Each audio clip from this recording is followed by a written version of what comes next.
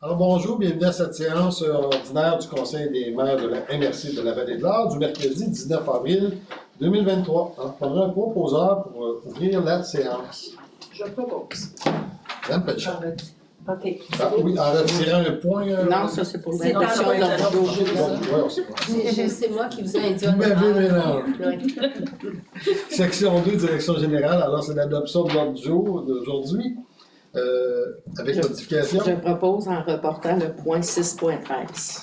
Merci. Point 2.02, adoption du procès verbal de la dernière séance, c'est le 15 mars, lorsqu'il était conforme. Est-ce qu'on peut l'adopter? Je propose. Proposé par Mme Brindamour. En 2.3, c'est la correspondance. Alors, c'est rare, il n'y a aucune correspondance à partager aujourd'hui. Ça sera pour le prochain mois. 2.4, calendrier des archives, c'est pour une autorisation. Alors, ce serait pour autoriser la greffière à signer les documents et à faire les demandes. Et les dépôts, effectivement, à la banque. À la Banque des archives du Québec. Exactement. Je propose. Madame Rouleau. Merci. Section 3, c'est le service du développement local et entrepreneurial. Alors, à l'item 3.1, le FRR volet 2, c'est le renouvellement de la politique de programme au soutien aux événements et festivals. Alors, avec quelques petites modifications. Alors, on renouvelle le programme avec des ajustements d'admissibilité, rien de complexe, mais on souhaite continuer à soutenir les festivals avec cette politique. On aurait un proposeur. Madame Thibault. 3.2, c'est le FRR encore volet 2, les sommes provenant du FRR volet 2, pour le renouvellement justement de la dite politique du programme de soutien structurant, du PSPS, les projets structurants. Alors aussi, on a modifié un petit peu celle-ci, mais elle va toujours compter un montant de 300 000 pour venir en support aux OBNL sur le territoire de la MRC et aux municipalités pour leur projet de développement. Je propose. Proposé par Mme Larivière. 3.3, SDRE SADCVO. C'est une demande de contribution financière. La SADC va recevoir toutes les SADC de chaque région, chaque territoire du Québec ici, pour un congrès provincial. Alors, ça apporte beaucoup de gens. Alors, ils ont un plan de commandite. Alors, ils demandent un support pour leur activité. Alors, il est proposé d'offrir 1 000 en commandite pour cet événement important qui va apporter beaucoup de retombées économiques. Je propose. Madame Pelchat. On est au point 3.4. Alors, 3.4, c'est l'entente sectorielle en développement, ESD, en attractivité, comité de gestion. Alors, ce serait pour nommer Mme Marie-André Méran sur ce comité de gestion, en entente sectorielle en développement, en attractivité pour, bien sûr, l'immigration interne et externe du pays qui vient s'établir chez nous. Je propose. 3.4, Mme Brindamour. 3.5, c'est le renouvellement de l'entente activité économique, plan national de sécurité civile, approbation, ça serait nommé Madame, encore une fois, Marie-André Méran et M. Christian Bellavance, est autorisé à signer la dite entente. Alors, c'est particulier parce que lorsqu'il y a des événements, on en a vu avec la pandémie, le développement économique fait partie du plan national de sécurité civile. Alors, dans cette période-là, on a reçu des sommes d'urgence pour des entreprises. Alors, ça fait partie de nos mandats. Alors, ça serait pour nommer ces deux employés de la MRC et moi à signer de la dite entente. Je propose. Madame Larivière. Section 4, ressources humaines et communication. Alors, le thème 4.1, ressources humaines, c'est d'entériner les mouvements de main-d'œuvre, départ, arrivée. On souligne aussi les dates officielles pour les départs à la retraite de certains employés. Alors, ce serait pour entériner tous les mouvements de main-d'œuvre. Je propose. Madame Thibault. 4.2, location annuelle d'un logement pour la MRC. Alors, on autorise le directeur général à trouver un logement pour un maximum de 1 500 $ pour nous venir en support quand on a des nouveaux employés qui arrivent de l'extérieur pour lui permettre d'avoir un loyer, tant de se trouver un autre endroit pour se loger, là, un loyer de transition. Alors, on est en pénurie de logement, alors on va essayer de se donner une certaine stabilité pour avoir un logement de dépannage. Là. Proposé par Je propose. Mme Thibault. 4.3, modification numéro 4. Statut de 2 salariés préposés à l'éco-centre. Alors, ce sont des salariés temporaires, mais qui vont avoir des avantages de permanent parce qu'il va se libérer bientôt peut-être des postes, alors ils vont devenir permanents. Alors il y a une entente qui a été signée avec le syndicat pour donner ces avantages-là. On veut les garder avec nous, à ces employés qui n'ont pas encore ce statut permanent-là. Alors ça me fait plaisir de nous offrir des meilleures conditions dans les conditions. Alors ça prendra un proposeur pour autoriser la dite entente entre les parties. Je propose. Madame Rouleau. 4.4, demande de congé sabbatique de traitement différé. C'est un point particulier dans nos conditions de travail pour les employés non syndiqués. Alors, c'est pour autoriser un traitement différé pour 2028 à un employé. Alors, ça serait entériner la demande pour pouvoir faire des prélèvements sur son salaire pour qu'il puisse prendre un congé de 6 mois rémunéré à la période demandée. Je propose. Dans la rivière. Section 5, services administratifs et projets spéciaux. Alors, en 5.1, dépôt des listes d'échecs émis par le greffier trésorier en mars 2023. Lorsque vous avez fait vérifier les comptes, est-ce que tout est conforme? Proposé lors d'adoption des dépenses par Je propose. Mme Thibault. 5.2, c'est l'adoption du rapport financier annuel du vérificateur comptable au 31 décembre 2022. Alors, on a eu la présentation ce matin de notre vérificateur externe, M. Daniel Tétrault, CPA, qui nous a fait une présentation des états financiers de la MRC. Je vais vous lire un peu le communiqué de presse, ça résume quand même rapidement ce qu'il nous a partagé.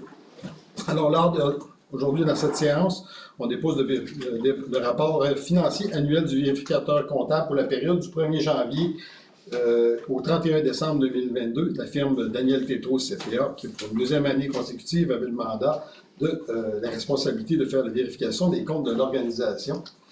Résultat de l'exercice financier 2022, la MRC de la Vallée-de-l'Or affiche un surplus cumulé d'environ 1,1 million pour l'exercice financier 2022. C'est un surplus cumulé. Alors, il y avait des sommes provenaient également des dernières années, les années passées avant. Je vous rappellerai que l'année dernière, pour équilibrer le budget, on est allé chercher quand même 1,8 million plus d'1,8 million pour équilibrer le budget.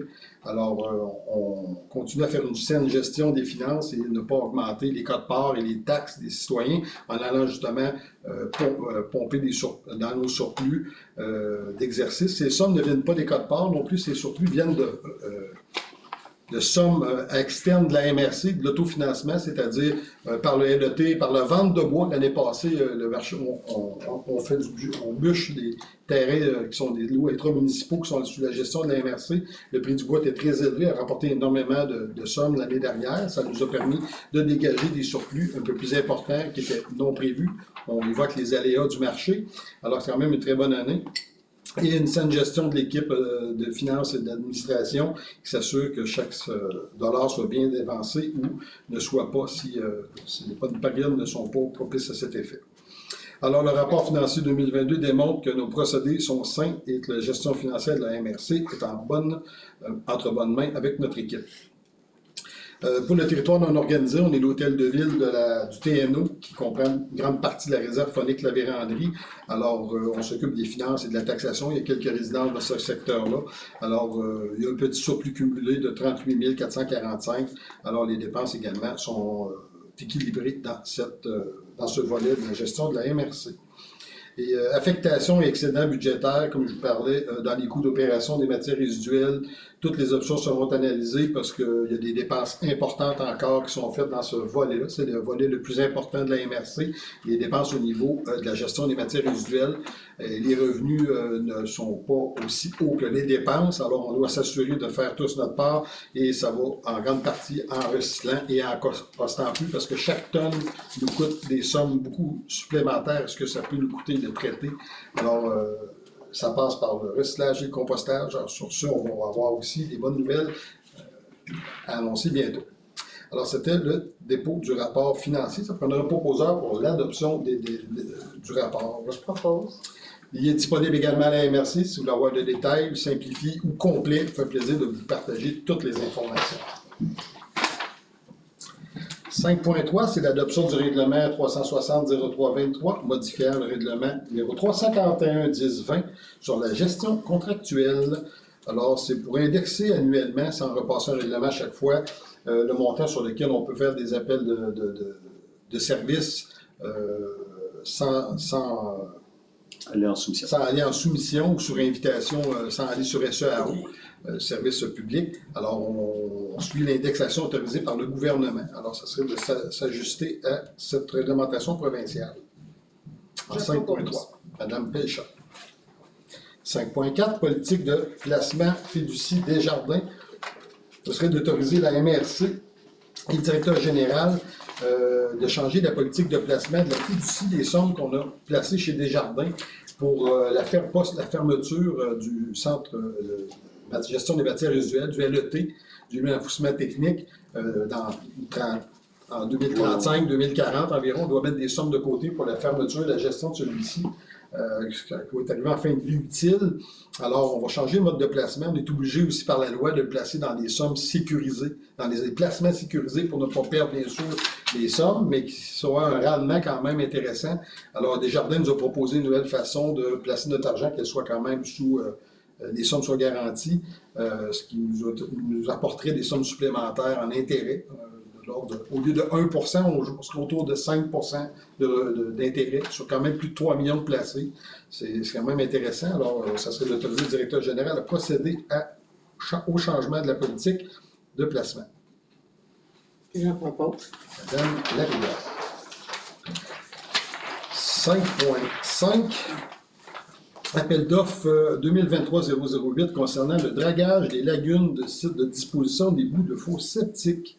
Alors, ça serait le plus bas soumissionnaire, GFL Environnement Services Incorporé, pour 151 466 avant taxe, était le meilleur soumissionnaire. Le deuxième était, il y a eu deux soumissionnaires, Simtech à 164 265 et 79. Alors, on recommande d'octroyer à GFL Environnement. Proposé. Je propose. Madame Rouleau. 5.6. Alors, c'est le contrat concernant l'acquisition d'une guérite préfabriquée, bâtiment préfabriqué, pour l'éco-centre sanitaire. On remet à niveau nos sites satellites. Alors, celui de sanitaire est Malartic. Sanitaire cette année, Malartic l'année prochaine. Alors, le soumissionnaire qui a été retenu, c'est Usitech, pour un montant de 49 356 bâtiment préfabriqué. Ça vient du secteur de Mont-Laurier. Je propose. La rivière. 5.7, contrat de gestion des matières résiduelles concernant l'acquisition d'un godet cribleur. C'est pour tamiser ou broyer les résidus de compost. Alors, c'est un équipement qu'on va installer sur notre machinerie. C'est Fox Industries au coût de 28 800 qui était le produit qui convenait à nos besoins et le plus bas. Pour un montant de 28 800, plus avant taxe. 26 26 800 avant taxe. Merci du correctif. Proposé par Mme Pelchat. C'est ça? Bon, oui, c'est bien quelque chose. Parfait. 5.8, appel d'offres, cette fois-ci, encore la gestion des matières résiduelles. Non, je viens de le faire, excusez-moi. Appel d'offres concernant la vente de métaux recueillis à l'éco-centre de Val-d'Or. Alors, on récupère quand même beaucoup de métaux provenant des citoyens qui nous apportent des résidus qui sont plus utilisés au niveau des métaux. Alors, à la tonne, le plus haut soumissionnaire, cette fois, c'est AIM Recyclage Amos pour 240,69 la tonne métrique. C'est toujours variable à tous les mois, ça suit le marché quand même, mais c'est quand même le plus haut soumissionnaire. L'autre, c'était Recyclage de métaux intégrés, qui était à 161,30 la tonne métrique. C'est concernant les concerts de valeur. On a un proposeur octroyé à AIM Recyclage Amos. Pour un autre appel d'offres, cette fois-ci, concernant encore la vente de métaux recueillis, cette fois à l'éco-centre de Malartic. Alors, encore AIM Recyclage Amos, qui était le plus haut soumissionnaire, 240,69 la tonne métrique, qui sera donnée à la MRC, en date du 1er mars 2023. En avant, le recyclage, encore une fois, métaux intégrés, qui était à 159 et c'est les distances souvent qui vont jouer dans la différence. Proposé de donner le contrat à AIM Recyclage Amos. Je propose. 6. Service de l'aménagement. Alors, l'item 6.1, sauvetage en milieu isolé de SUMI. Alors, c'est pour remettre aux municipalités qui ont des services incendies partenaires avec la MRC, qui fait partie du comité SUMI, c'est-à-dire sauvetage en milieu isolé éloigné, des équipements qui ont été achetés au cours des dernières années par la MRC. Alors, il y a une liste en ce point, à 6 de tous les équipements qui sont rétrocédés aux municipalités, des véhicules et autres équipements de protection individuelle, remorques, etc., qui seront remis aux municipalités. un proposeur. Eux aussi, on a le financement. Ah oui, le financement, oui. Enfin, c'est-à-dire qu'on va financer pour l'année 2023 de nouveaux VTT pour du côté de Santerre et Val-d'Or, une remorque fermée du côté de Santerre-Ville, un bateau pneumatique pour le sauvetage du côté de Rivière-Éva pour un montant maximal de 75 000 $. Et pour l'année 2024, on prévoit déjà l'achat de 3 nouvelles motoneiges pour faire du sauvetage en milieu isolé encore pour Santerre-Ville, Malartic et Val-d'Or pour un montant maximal de 33 000 $ chacun. Proposé par Mme Thibault. 6.2, programme d'aide au développement du transport collectif, volet 2, demande d'aide financière 2022. Alors, ce sont les sommes qui sont transférées au transport collectif Malartic, venant du ministère du Transport du Québec. La MRC sert un petit peu, je dirais, de boîte au poste dans ce dossier. On doit adopter cette résolution type à toutes les années pour pouvoir faire transiter des sommes d'argent vers le transport collectif. Je vais prendre un proposeur. Je propose. Madame Rouleau. Moins élevé, mais plus rapidement. Item 6.3, renouvellement de l'entente de délégation de gestion pour les travaux non forestiers, en domaine forestier et non pour la foresterie. Alors, c'est pour l'entretien surtout de chemin. Alors, on doit renouveler cette entente-là avec le ministère à toutes les années. Ça prendra un proposeur. Je propose. Madame Labbé. 6.4, programme d'aménagement durable des forêts.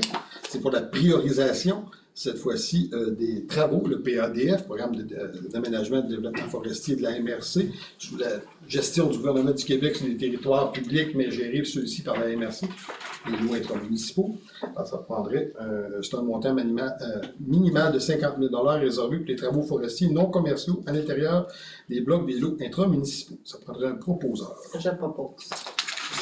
Rien à voir. 6.5, c'est l'adoption du projet de règlement 361-04-23 portant sur l'abattage d'arbres de forêt privée. Alors, des modifications à ceci. C'est un avis de motion. C'est un avis de motion exactement du règlement portant sur l'abattage d'arbres pour la modification du règlement. Alors, ça prendra un proposeur pour l'avis de motion. Et le dépôt, s'il vous plaît, M. le Préfet. Pardon? Et le dépôt, s'il vous plaît. Ah oui, il y a le dépôt. Du projet. Je propose. 6.5, Mme Larivière. Et en 6.6, l'adoption du projet de règlement 361-04-23 portant sur l'abattage d'arbres en forêt privée. Avec l'adoption du règlement. Du projet de règlement, effectivement. Du projet de règlement, merci. Je propose. On a consulté Mme Larivière. Il va y avoir une présentation publique à cet effet. Effectivement, la date sera diffusée sous peu. Sous peu, à une présentation des modifications du règlement pour les propriétaires surtout de l'eau à bois. Alors, c'est important de les consulter à cet effet. 6.7, c'est la création de commission projet de règlement 361-04-23 portant sur l'abattage d'arbres, comme je venais de vous expliquer. Alors, ça serait de me nommer et nommer la mairesse de Santerre, qui représente la MRC sur le comité forêt, pour cette soirée de présentation de la création du comité pour la présentation du changement de réglementation au niveau de l'abattage des arbres en terrain privé, en forêt privée. Je propose. Madame Thibault. 6.8, nomination du comité directeur de l'entente sectorielle bioalimentaire. Alors, ce serait pour nommer un employé, c'est une représentante de la MRC, une employée, c'est Mme Jacinthe Potier, pour siéger sur le comité directeur de l'entente sectorielle bioalimentaire. C'est un projet en lien avec la CEPAT et l'Université du Québec en Abitibi-Témiscamingue. Je propose. Madame Brindamour. 6.9, c'est un certificat de conformité de la MRC pour le règlement 223 de la municipalité de Sainte-Paroisse. Alors, c'est une modification chez moi, alors c'est conforme, ça sera proposé pour recommander. Je propose. 6.10, certificat de conformité, encore une fois, cette fois-ci pour le règlement 983 modifié par la ville de Malartic. C'est conforme au schéma, alors ça prendra un proposeur pour l'adopter. Je le propose. Thibault. Proposez votre prochain à 6.10 et 9,90. 6.11, proposé par Mme Thibault. C'est la même chose, c'est un autre règlement modifié qui respecte le schéma d'aménagement à 6.11 de la ville de Malartic. 6.12, certificat de conformité de la ville de Val-d'Or pour une modification du règlement 2023-07. Alors, je conforme également au schéma d'aménagement pour autoriser la modification en 6.12. Je le propose. Madame Pierre ou Madame Jacqueline? Jacqueline. Jacqueline, OK. Madame Jacqueline. 6.13, c'est le point qui a été reporté parce qu'on a fait le retour encore du ministère, une petite modification du nouveau schéma de risque de sécurité incendie. Alors, ça va être pour la prochaine rencontre. On a terminé les petits ajustements au nouveau schéma. Et en 6.14, c'est le transport collectif malartif. C'est les nouveaux tarifs qui doivent être entérinés par la municipalité, également la MRC. Les tarifs de transport collectif n'ont pas été ajustés depuis 2008. On nous a fait valoir, alors, de 2 $, exemple, un déplacement va être à 4 $. Alors, c'est quand même très compétitif. On entérine les nouveaux tarifs pour, en lien avec le ministère du Transport. C'est l'obligation qu'on a à cet effet. 6.14. Je vais proposer. Madame Beauchamp. J'ai eu un petit signe de la tête, là. C'est ça. Service de gestion des matières résiduelles, section 7. Alors, le thème 7.1, c'est programme de subvention de produits hygiéniques réutilisables. Alors, Madame la présidente du comité en environnement, Madame Thibault, va vous partager ce nouveau programme de produits d'hygiène féminine réutilisables. Bonsoir. Donc, on revient avec le programme qui était En place? en place, oui, merci, pour les couches lavables. Mais on va ajouter les produits d'hygiène féminin et aussi les produits pour l'incontinence.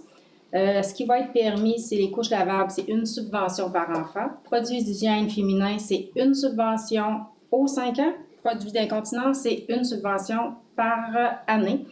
C'est une concurrence, un maximum de 100 $ et les produits doivent être achetés local avec une facturation aussi. Puis, vous allez avoir là, sur le site le formulaire, donc ça va être super accessible pour tout le monde à remplir. Alors, bien sûr, toutes ces actions sont pour promouvoir les produits réutilisables et limiter l'enfouissement de matières qui n'ont pas de possibilité d'une seconde vie. Alors, les produits d'hygiène, que ce soit pour les couches lavables pour les enfants, les produits d'hygiène féminins et pour les personnes âgées avec des problèmes ou problèmes d'incontinence d'autres personnes seront valorisés avec ces subventions-là. On a un proposeur pour adopter le nouveau programme, double programme revampé. Je propose. Madame Lavillière. 7.2, programme de subvention des frais d'enfouissement. Alors, Monsieur le directeur général, on a modifié le programme de subvention pour les frais d'enfouissement pour OBNL et municipalités, pour le tri ou en tout cas la démolition de certains bâtiments. Oui, très rapidement. Actuellement, ça coûte 138,99 $ enfouir des matières résiduelles. Donc, avec ce programme-là, les OBNL admissibles ou les municipalités, selon nos travaux, pourraient bénéficier d'une subvention qui représente environ 70 $ la tonne. Grosso modo, les seuls frais qu'il y aurait à payer, c'est les frais d'administration 6,95, les frais de fiducie post-fermeture à 13,70, la redevance en enfouissement à 30 $, la redevance pour les matériaux de recouvrement journalier qui est 10 $, qui sont des frais fixes que nous devons payer. Tout le reste, la différence serait subventionnée à la hauteur de la quantité de matière recyclée qu'ils vont produire. Exemple, on fait une grosse rénovation, on produit 1000 tonnes de matière recyclée, mais on peut subventionner 1000 tonnes de matière qui vont aller à l'enfouissement. Donc, ça fait quand même des économies, de bonnes économies là, pour les projets tant municipaux que les OBNL dans leur construction. C'est un début. Peut-être qu'on va pouvoir l'étendre un peu plus tard si on voit que ça fonctionne bien. Dans le fond, les entrepreneurs, les entreprises, les villes, les OBNL qui vont trier plus leurs déchets, permettre de les revaloriser, le bois, la brique, le ciment et autres matières qui peuvent être réutilisées au lieu d'être enfouies ou utilisées à d'autres fins pour obtenir une subvention. Alors, ça va nous permettre de moins enfouir encore une fois et de limiter ou augmenter la durée de vie de notre site d'enfouissement. Alors, c'est des choses qu'on met en place pour favoriser l'économie circulaire, bien sûr, et la réduction du tonnage au niveau de l'enfouissement. Alors, je prendrai un proposeur pour autoriser ce nouveau programme. Je propose. Bien d'amour. 7.3, implantation de collecte de résidus organiques dans les industries, commerces et industries. Alors, ça fait longtemps qu'on l'attend, plus d'une année qu'on avait annoncé qu'on mettrait en place. On a eu des petits problèmes, nous aussi, personnels, gestion, pandémie, tout ça, on vit les mêmes choses que tout le monde, mais là, On n'a pas le choix, on se lance, même si la date limite n'est pas atteinte. Le 1er mai 2023, les ICI pourront d'ores et déjà recevoir la collecte des matières compostables dans leur établissement. Alors, bien sûr, c'est volontaire pour le moment. Ils vont s'inscrire. Il y en a déjà plusieurs sont inscrits, des restaurants, des épiceries et autres commerces qui souhaitent déjà l'avoir. Tranquillement, pas vite, on va arriver avec l'obligation. On y va par étapes. Nous aussi, ça nous permet d'ajuster nos routes tranquillement. Il y a du personnel à former aussi à cet effet-là pour les nouvelles routes. Alors, on y va par étapes, mais on a quand même un engouement important, plusieurs l'attendent, puis un volume important dans les industries, commerces et institutions gouvernementales. On parle d'exemple hôpitaux, écoles, etc. Alors, c'est des tonnes et des tonnes qu'on va pouvoir sortir encore de l'enfouissement et envoyer au compost. Alors, vous allez être incité à quand même participer volontairement et dans la prochaine année, d'ici un an et demi, l'obligation va être en place, mais on s'attend à avoir une belle participation. Je me propose. Alors, autoriser le 1er mai comme étant la date officielle du déploiement de la récupération des matières compostables dans les ICI. Proposé par Mme Thibault. 8, c'est comité de la MRC et autres organismes. Alors, le procès-verbal, le dépôt de procès-verbal du comité de santé et sécurité de la MRC qui s'est tenu le 1er février 2023. Alors, partager les discussions et les actions faites par ce comité. C'est ce qui fait la présentation de tous les points de l'ordre du jour aujourd'hui qui étaient bien remplis. Alors, si vous avez des questions, ça me fait plaisir de répondre. On a des gens à l'Assemblée aujourd'hui, alors la parole est à vous si vous avez des questions. Côté de journaliste en privé. Merci beaucoup. Alors, comme à l'habitude, si vous souhaitez avoir des documents, des informations, des communications écrites ou nous parler sur certains points, le budget, exemple, pas le budget, le dépôt du vérificateur, ça nous fait plaisir de vous partager toute l'information. Vous pouvez nous écrire ou venir ici nous appeler. Alors, je vous remercie beaucoup. On se revoit en mai, en date du 17 mai. 17 mai pour la prochaine rencontre, 11h, du Conseil des préfets de la des préfets, ça c'est le Conseil des maires de la MRC, la Vallée de l'Or, en mai prochain. Bonne fin de journée.